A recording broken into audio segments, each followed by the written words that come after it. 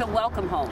Thank you for having me, Miss Murray. It is a pleasure to meet you and spend some time with you. Loved your book. Thank you very much. I don't necessarily want to spend all of the time talking about your book, but what compelled you to write the book and where you are with your career and some things that drive and motivate you. I don't have no problem talking about the book. It's the Okay. holiday season. Absolutely. It'd be a great stocking stuffer. Black Okay. privilege, opportunity to come to those who create it. It's out right now. All right, well, let's talk about the name of the book, Black Privilege. How Yep. did you come up with the name? Why Black Privilege? I mean, I grew up, you know, with my father playing James Brown, Say It Loud, I'm black and I'm proud, and I grew up in that, like, black conscious era where it was like Public Enemy and KRS-One, and guys were walking around with the Malcolm X hats and the African medallions, and, you know, like Chuck D would be saying things like Farrakhan's a prophet, so I think you ought to listen to him, or, you know, that's when the Malcolm X movie that Spike Lee did was out. So it was just like a thing about black pride and black power. Like, it was always these celebrations of blackness, and I feel like we had kind of got away from that a little bit. And, you know, it was that term white privilege, and, you know, we know white privilege is a real thing. You know, it's a systemic thing that we all deal with, but I'm just like, yo, why isn't it a privilege to be black? I feel like it's an honor to be black. Like, you look at the word privilege, you know, it's got two different definitions. You know, one definitely has to do with, you know, a set of advantages granted to a certain community, but then the other one is just an honor to be. So I just think it's a privilege to be black. So, like, when I think about the things in my life that reflected me that I wanted to title my book, it was either two things. It was either blackness or South Carolina. You know what I mean? And I could have called it South Carolina privilege or something, but then that's very regional, right? Like black is something that a large number of people can relate to being. So the things that I'm most proud of in my life are being black and being from South Carolina. Born in Charleston and then moved to Moncks Corner very soon after, but you definitely show a lot of love to South Carolina, the 803, 843, 864. There you go. Yeah.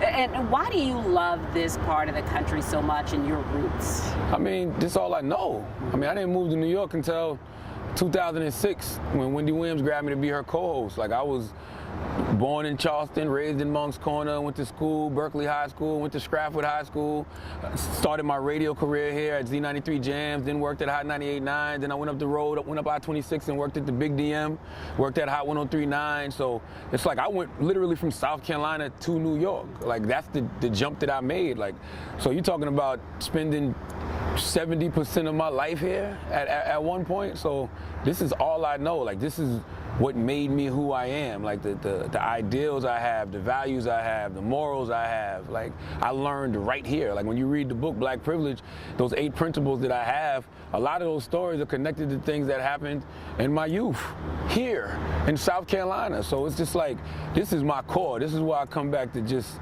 recharge. You know, they always say, you know, it ain't where you from, it's where you at. I agree with that, but nah, it is about where you from. You know, when your roots are so connected to a place the way mine are, it absolutely is about where I'm from. You describe coming back to South Carolina and being home and in your homestead, in your family's home, and lying in your old bed and looking at your old clothes as a way to reconnect with what is most important to you. Yeah, because I think sometimes, you know, regardless of what level you're at, you still get a little frustrated, and you tend to take for granted where you're at. You know what I'm saying? You don't show gratitude for the moment that you're in, because we're always so busy thinking about the future. But, you know, when you come back home, and I'm sitting on my grandma's porch, she's deceased, God bless the dead, but when I'm sitting on her porch and I'm just thinking about where I came from, or I'm laying in my room in my mom's house and I'm thinking about all the dreams I had in that room, and I'm thinking about all the things that I've accomplished, the same dreams I had in that room I've actually fulfilled, it gives you just a sense of appreciation. Like, yeah, man, yeah, have some gratitude for where you're at. Enjoy the moment. Like, it's hard for me to enjoy the moment. I'm always thinking about what's next. No, enjoy where you are. Take in what you've done. That's why the holidays are such a good time, because you can reflect over the past year, because you're so busy just moving. I haven't stopped to think about anything until right now, at this very moment. You know, what's interesting in the book to me is, in some ways you described that it was easier to dip into a life of crime than it was to stay on the straight and narrow, just based on the limitations of what was available to you at that time in Moncks Corner?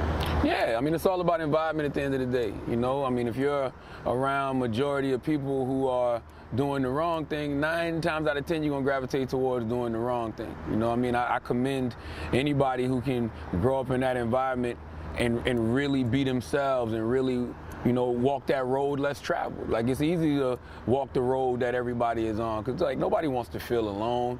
You know, when you're young, you want to fit in with the quote unquote in crowd, even though that's not really the in crowd. That's actually the crowd that is not going to be in 10 years from now. You know what I'm saying? So it's easier to just roll with the pack. Like, groupthink is easier than actually thinking for yourself and saying, nope, I'm not with what y'all doing over there. I'm gonna go over here. Because you were at Nevinger, you described being a nerd, if you want to use that term, with your fanny pack and glasses on and studying foreign languages, and then, you know, getting some ribbing or, you know, people challenging you, and all of a sudden you're like, I can't take this anymore. It was just easier to not be beaten or bullied. If you can't beat them, join them. Yeah. Like, you know, it's funny because I was with Stephen Furtick, Pastor Stephen Furtick, this weekend, because, you know, he's from Moncks Corner, and we was together this weekend, and we actually went back to Berkeley Middle School, and he was telling me all his experiences of, like, getting bullied at Berkeley Middle School, and he remembered names of people that, like, beat him up, jacked him up against lockers, and I was like, yeah, I mean, I pretty much had the same experiences, you know. It's just for me, I was just like, yo, you can't beat them, join them, you know what I'm saying? I'd rather be down with them so they don't bully me. But I mean, you know, he asked me, would I change anything, and I said, no, because, you know, I've watched a lot of Back to the Future in my life, and I believe in the space-time continuum. So I believe if I'd have went back in time and changed any path that I went down, I probably wouldn't have ended up here, because I truly believe in divine misdirection. I believe that you can be walking a path, thinking you're going the right way, and then something will happen to make you go this direction, and that's the direction God wants you to be in. And sometimes we get misdirected on that path, but actually it's just misdirecting us to get us back on the right path that we're supposed to be on. You describe some of that, and you talk about Saul of the road to Damascus. Mm-hmm. That was, you know, a profound lesson for you. That sometimes you may feel like you're on one path, but divinely you're on the right path for yourself. Yeah, I call as difficult as it is. I call it the dirt road to Damascus. That's what I call it. You know what I'm saying? Because I feel like I feel like, you know, we have good plans, but they're not always God's plans for us. And we just got to be willing to go with the flow. We got to be willing to follow God's GPS and not our own. Like, you know, that's one thing I don't do. I don't question God. You know, it's a lot of things in my life that I've said, yeah, this is what I want to do. And, you know, on that journey, God has said, no, go this way. And things have happened to make me go that way. And I just move where God wants me to move. Like I talk about in the book, I got fired 4 times. And on my last firing, you know, a friend of mine named Kendra G said, look, every time you get fired, they say they're moving you in another, or the company's moving in another direction. She said, no, that's God moving you in another direction. So she said, go home to South Carolina, you know, spend as much time as you can with your family, because when you get back in position, you're not going to have time. And that was 7 years ago. And the next job I got after that was the Breakfast Club on Power 105.1. You know, hearing you describe it, it sounds easy, and I'm sure, or maybe looking back on it, the way you have to describe it through many interviews, it sounds simple, but it's a lot of work, isn't it? It definitely was, but that's why I tell people they got to enjoy the process. That's why I got another principle in my book called Put the Weed in the Bag, and that's based off the movie Belly. You know, when DMX and Nas was sitting at the table and the 2 young kids were like, yo, man, we want to go out there and get money with y'all. You want to go out there and get money with y'all? And DMX was like, yo, shut the F up and put the weed in the bag. And that's basically just saying, yo, everything has a process. Like, you can't go from 0 to 100. You got to go through 1 to 99 first. Like, you know, a woman can't just have a baby. Like, she got to go through that 9-month process. You don't just graduate from high school. You got to go through those 4 years. You don't just get a bachelor's degree. You got to go through those 4 years of college. So for me, it's just like, it's all a process. And when you look back on it, you realize, yeah, it was sort of difficult, but not really. It's just life at the end of the day. Like, I'm one of those people, man, I don't think I believe in good or bad experiences. I just believe in experiences. All lessons. All lessons at the end of the day. Like, you know, there's no such thing as a loss if you learn from it. Like, there's no such thing as a bad experience if you learn from it. And I feel like I've learned more from my bad experiences than I have from the good ones. You also describe in the book that sometimes you have to, let's see, I think you called it, oh gosh, you're not discouraging someone, but being honest with someone. I mean, there's a term you use out there. F your dreams. Well, I wasn't going to use those words exactly, but okay. F your dreams. Yeah. I mean, it's funny because I was in Yale Fashion yesterday at Monk's Corner, and this young guy that was working in there, you know, he was talking to me, and that's what I love. I love when I'm home and these young kids just got questions, you know, about how to transcend their circumstances. That's what all the questions are always. How do I transcend my circumstances? I don't want to just be local in Monk's Corner, whatever. And I was just talking to him, and he told me he wanted to rap. And I'm like, why you want to rap? And he was like, because I like Kendrick Lamar, that's my favorite rapper. And I go, yo, how do you know Kendrick Lamar isn't inspiring you to do something else? Like, just because that's your favorite rapper doesn't mean that he's inspiring you to be just like him. He could just be inspiring you to do something great.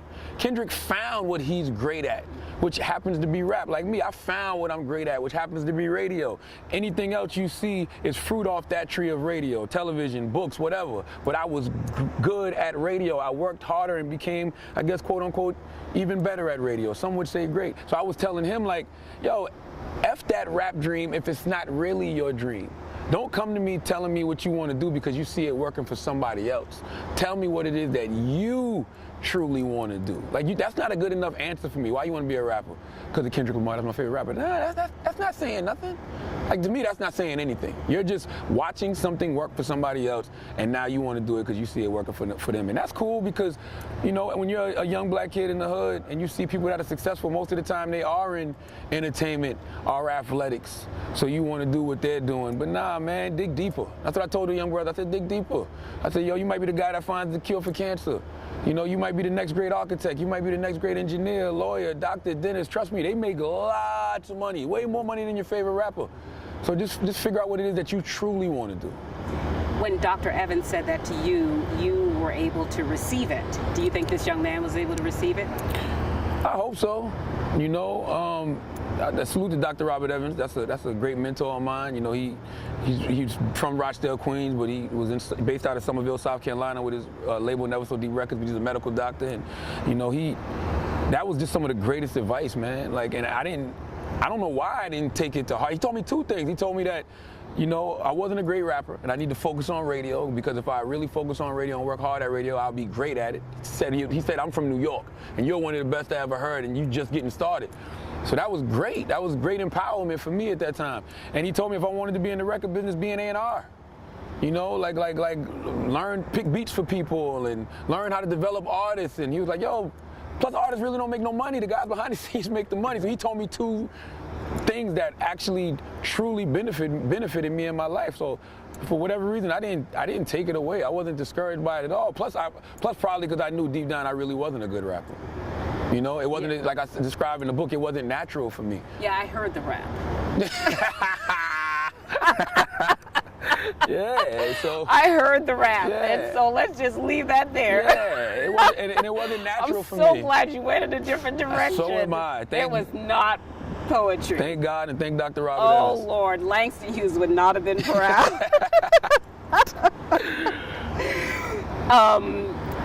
Let's talk about time.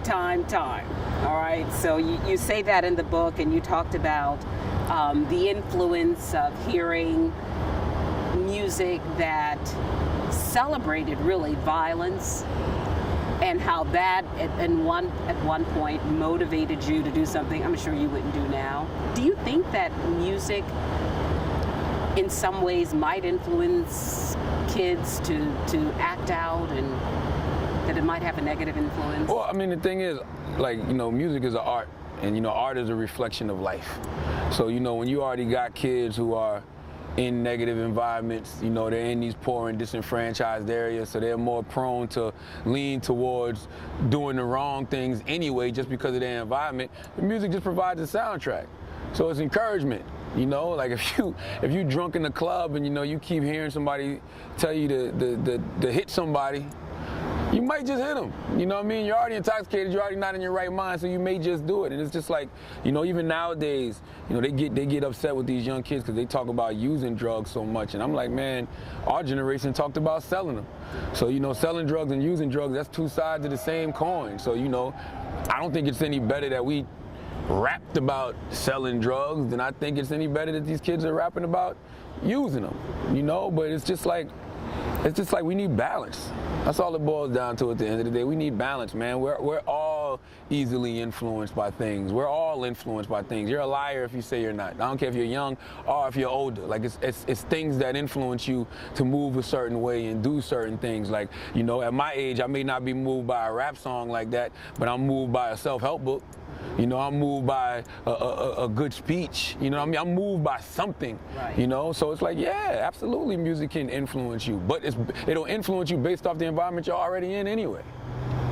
You were always a good reader. Your mom an educator, and so that was a part of your foundation. It was just, you know, a part of your fabric. Mm-hmm. For someone who doesn't have that as a part of their upbringing, how can they find freedom in their mind? Because I think the ability to lose yourself in the word and, you know, through books and that kind of thing, that helps a lot of people. For somebody who doesn't have that as a place where they can freely go, I mean, what do you recommend? Because it can be, you know, it can be like a prison in your mind if you don't have an escape.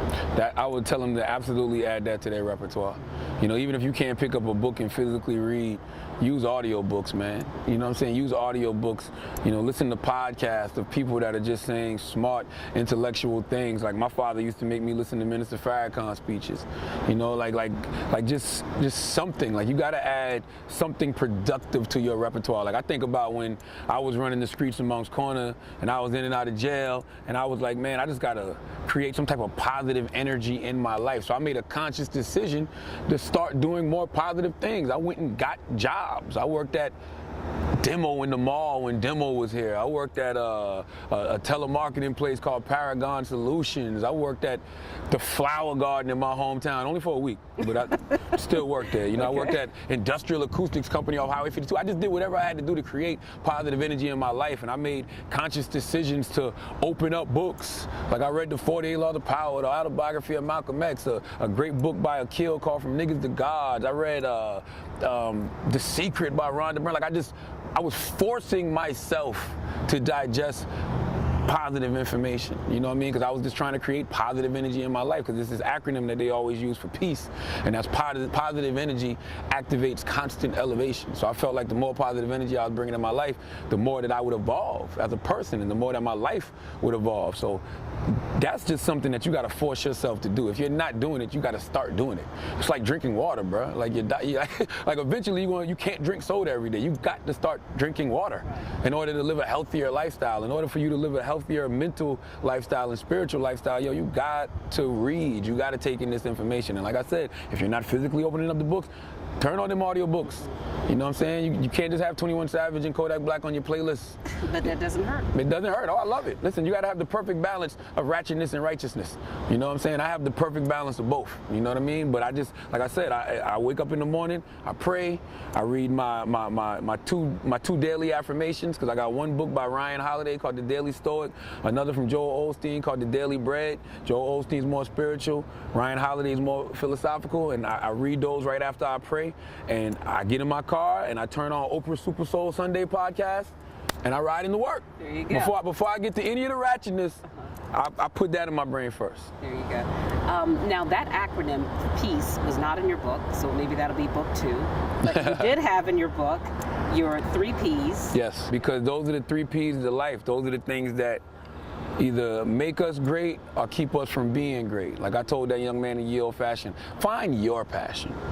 You understand what I'm saying? Find that thing that you would do for free. Radio is that thing that I would do for free. I have done it for free. I tell people that all the time. I would do my job for free. Yeah, because that's your passion. Yeah. Like, you love doing it that much. Right. I never do things for money. I do things because I love to do them. Mm-hmm. And eventually the money comes. You know, when you talk about procrastination is just sitting around talking about what you're going to do and never getting around to doing anything. Like nothing at all. Like nothing. You're like, oh, you know what? I'm going to win the Powerball lottery. But you just sit on your couch. You won't even get up and go spend $5 to play the ticket. Like, but is that driven by fear? It is driven by, it's driven by laziness, it's driven by fear, and it's driven by a failure to, it's driven by worrying about failure. You know what I'm saying? Some people are so discouraged by failure that they won't even try. Like they talk themselves out of opportunities. They talk themselves out of chances. You know what I'm saying? Like it's plenty of times like, oh, I'm going to do this, I'm going to do that, but you never even attempt to get it started. And then just the poison is like everybody in your mind telling you what you can't do. And I know people say, well, you just told somebody F their dreams. No, I told somebody F their dreams if they're not their dreams. I told somebody to find what it is that they love to do, find their passion. I'll never discourage you from your actual passion, from something that you really want to do. I'll never discourage somebody from doing that. How do you determine what is your real passion and what is simply not you're not doing very well at? You have not achieved a certain level of success. Would you do it for free? If you ask 90% of these, if you ask most of these kids why they want to rap, they're gonna say to get money. Like that's what they're gonna say. Well, some might be savvy enough to say I want to be a success, and not, I don't care about how much money, but they may not be honest about I never said that when it came to radio. Right. When they asked me why I like doing radio, I said because I love doing radio. I love communicating with the people. I love being a public servant. I love serving the needs of the public. I love, making people laugh, even if it's those things that people don't see. When I used to be doing overnights at Z93 Jams, and people would call the radio station at midnight and wouldn't even be on the air and just talk to me about their problems. You know what I'm saying? Like I just love that feeling of communicating with people. Even to this day, you ask me why I like doing radio, it's because I like being a public servant. I like serving the needs of the public. It's just now on a bigger scale. Like now I'm able to do things like last week, the Breakfast Club, we had a radiothon where we stayed on the radio for 18 hours and we raised over $700,000 in 18 hours for the Gathering for Justice movement, which is a nonprofit founded by Harry Belafonte, and they're a fiscal sponsor for Colin Kaepernick's Know Your Rights camp and the Women's March movement, that Tamika Mallory and Linda Sarsour and Carmen Perez, are head of, and the Justice League NYC. Like that's what motivates me and moves me, stuff like that. So if I'm asking you, why you want to rap, and all you can tell me is, oh, I want to be successful, oh, I want to make money. Nah, that's not a good enough reason. I told the dude in Ye Old Fashion, I said, yo, Kendrick Lamar is actually putting out music that is changing the world. Like literally, he's putting out music that is changing the way people think. He's putting out music that has a socially conscious message, that is educating people as well as entertaining them. If you're not doing that, what's the point? That's just honestly how I feel. If you're not doing that, what's the point? Let's talk about your time in jail. Mm-hmm. You said that you would not change anything about you wouldn't even change that? Nah. I love Back to the Future, man. I'm a real stickler for the space-time continuum. I feel like if I changed one little thing in my past, I don't know where that would have put me in the future. And I like where I am. So I wouldn't change it for the world. Like life is all about making choices, and I wouldn't know what a good choice is or a bad choice is if I didn't make bad choices. And plus, with that experience, I'm able to really talk to these kids in a real way. You know what I'm saying? Like I was in jail. Like I really have a record. Pointing and presenting a firearm, distribution of marijuana. Like I was out there. So I can talk to these kids in a real way. Like I'm not one of these guys that come in there and talk to these kids about things that I haven't done or things that I haven't been around. I lived it. So it's like I wouldn't trade that experience for the world, because I'm able to talk to these kids in a real way. And that's why I think I can have influence and impact these kids, because of those experiences. You talk what you know. You talk what you know. People listen. Let's talk about, of course, there is, I listen to your radio show, and I wouldn't let my daughter listen to your show. Now, can your children listen to your show? Not right now. She's only 9 or 2. I do feel like the show is evolving, though. This will be 7 years that the Breakfast Club has been on. I'm not the same person that I was 7 years ago. So I think it's moments that they could listen to. I would love for her to listen when, Angela Rye is on. I'd love for her to listen when a Michael Eric Dyson is on. I'd love for her to listen when a Dick Gregory was on. God Bless the Dead. That interview's on YouTube. I'd love for her to listen when Minister Farrakhan is on. Like, it's certain moments I absolutely believe she should listen, you know? And even a lot of these artists, like when you listen to like a guy like 21 Savage, like he's got a very intriguing story, you know, and that's somebody that she probably can relate to more than she can relate to me or any of those people I just named. Or like, you know, one of my favorite interviews of the year was from Tiffany Haddish, you know, the breakout star of Girls Trip. You know, we had her on back in like April or May before everything really took off for her, but her story, growing up in foster care and, you know, not knowing her father till later in life, her mother, you know, being in a bad car accident and then suffering from mental illness and then being abusive. Like, she really went through it as a black woman on this planet. So those stories of overcoming adversity, I would absolutely love for your 15-year-old daughter to listen to. I think she should be listening to those kind of interviews. So do you ever feel compelled in any way or responsibility to tone down some of the other more PG parts of your show? Not toned down, because I feel like you got to put the medicine in the candy. Like I said, you got to have a perfect balance of ratchetness and righteousness. Like I'm me at the end of the day. You know, it's certain things that you're just not gonna hear me say anymore. Like I used to always, like, you know how back in the day guys would be like, yo, I drink your bath water.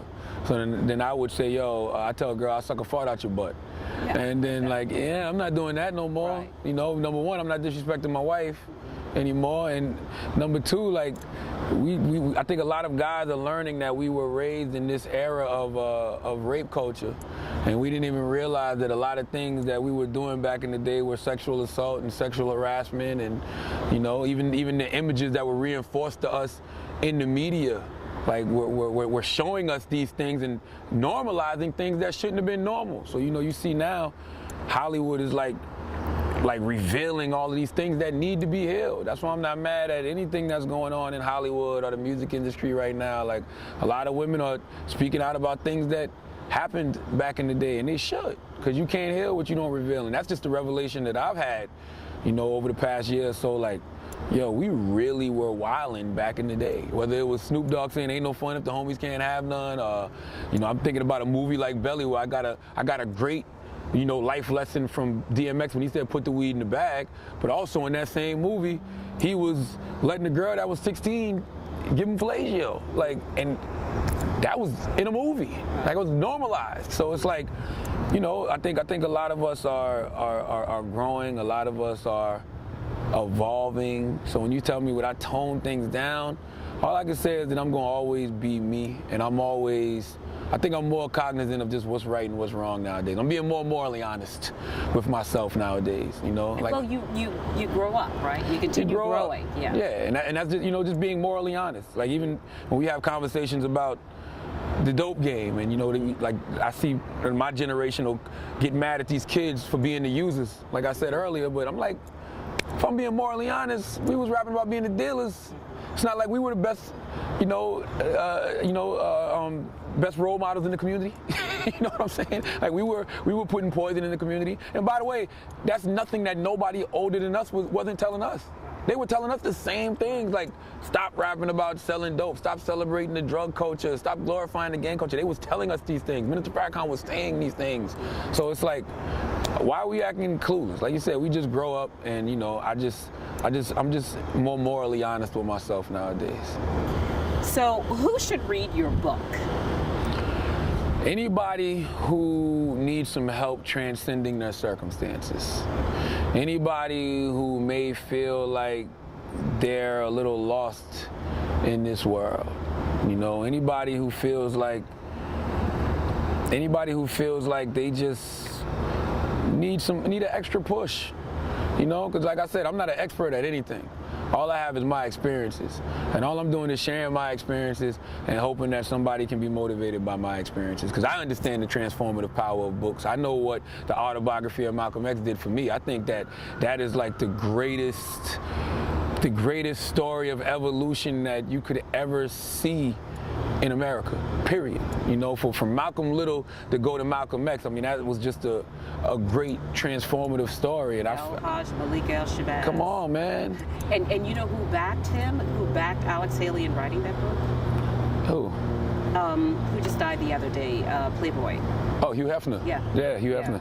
Yeah, and it's like, you know, for me, You know, like I said, I don't have any experiences. I mean, I'm not an expert at nothing. I just have my experiences, and I just want to share my experiences with people. So I think this book is for any and everybody, man, especially if you feel trapped in some way, shape, or form. You know, like even when kids ask me questions like, how do I get out? Like, that's a question that you got to answer yourself, you know, because I don't even know if I was looking to get out. Because even when I got fired for the 4th time and I came back to Charleston, I was going to be content with living in South Carolina. I was cool with that. You know, I remember I helped the Box, the station that we're on in the morning now, you know, salute to Michael T, God bless the dead. I helped him launch the Box. Like, that was something that happened when I came back here in 2010. Like, I was there helping them. I did the promos for them, and I helped them launch the radio station. And I was like, all right, I'll just work here and make $40,000 a year and be cool. You know what I'm saying? I'm happy. I'm happy here. I love South Carolina anyway, but that's not what God had planned for me. God did not have that in my plans, but I already had my mind set. Like, I've been to New York. I did New York, got fired with Wendy. Did Philadelphia, got fired. I did my time up there. I'm cool here. And that's not what God had planned for me. And you even talked about the fact that you looked around, you know, whatever space you were at the time, and saw other people doing successful in their career, and they all had one thing, a college degree. You made that attempt and discovered this was not for me after spending just a couple of hours, if even that, in the classroom, that you knew that that was not for you. I do still think, though, for a lot of people, that's a real bold thing to feel empowered to do that, to walk away when you know mama and grandma gonna say, are you kidding me? You gotta be in the classroom. You gotta stick with that. You gotta at least try that. Well, the difference is, and this is what I tell kids too, is I was already working at the radio station. So when I walked away from the classroom, it was because I was going to spend more time at the radio station. If you don't have that to fall back on, I would encourage you to stay in school, because, you know, school is a great way to kill time. To be totally honest with you, you don't want to go from 18 to 22 sitting around doing nothing. You might as well be in school and get a bachelor's degree in something. Like, it's a great way to kill time until you figure out what it is you really, really want to do. One thing that I certainly appreciate in your book is you never seem to forget a name. And you also don't forget people who are your friends, whether they are your, you know, auntie cousin kind of thing, twice removed or whatever. That's real important to you, isn't it? Keeping the people who are part of your life, keeping them in your life. Yeah, I like to remember the people who did good things to me, and I like to remember the people who did bad things to me. And both of them motivate me, you know? And because I'm the type of person that's weird, because people that haven't seen you in a while, they expect you to act different. I'm the same person I've always been. And it's funny, my guy Randy Roper, salute to Randy Roper, he's from South Carolina. He actually came to a book signing that I did in Atlanta, and he wrote an article about just that. He wrote an article about how he thought I was going to be different. And he said when he saw me, it was like the same thing. And he was in line, and I was just like, yo, why you ain't text me? And he was like, I didn't have your number. And he said he looked in my phone and realized, I do got your number, because your number ain't changed. It's still an 803 number. So it's just like, yeah, a lot of people think that you're going to change, but I haven't changed. I've just evolved. I'm the same person. Same person I've always been. I've just evolved. The core of me is who I am. So it's just like, don't approach me like I'm going to act different, because you're the one that's acting different. You making this awkward. I'm not. But that's not the case with everyone whom you've met throughout this path, right? You found a lot of people have changed. Yeah. Or some people I'll put it like this. A lot of people haven't changed. They stayed the same. And that's where a lot of the problems come into play, too. Okay. They haven't grown. They haven't evolved. They're still doing the same things that they was doing 10, 15 years ago. And it's not a diss to them. I got love for them, but I don't want to be around that stagnant energy. When you run your marathons, you don't want to, if you run your marathons, right, and say you start out with a friend, Miss Murray, and then your friend starts lagging behind, and your friend like, man, I gotta rest, man, I'm gonna stay, and then you realize, I'll see you when you finish. I'm going. You know what I'm saying? I'm going. Yeah. You know, so it's just like, that's just the way my approach to life is. Like, I just don't want to be around any stagnant energy. I want to be around people that are constantly growing, constantly evolving. That's why, like, I believe in meeting new friends. Like, you know, having your day ones is cool, but ain't nothing wrong with your day 1000s. You know what I'm saying? Your day 1000s is cool too. Your day 10,000s is great. your day 20,000s, because at each stage of your life, each point of your life, you're going to meet new people that help you along with your journey. God has a strange way of putting people in your life at exactly the right time, at the right moment. You meet people that you never knew, and you feel like you've known them your whole life, and you and them click right then and right there, because this person is here to help you in your journey towards the future. I did the past already. I did that. So I'm only here for people that's going to help me grow and evolve.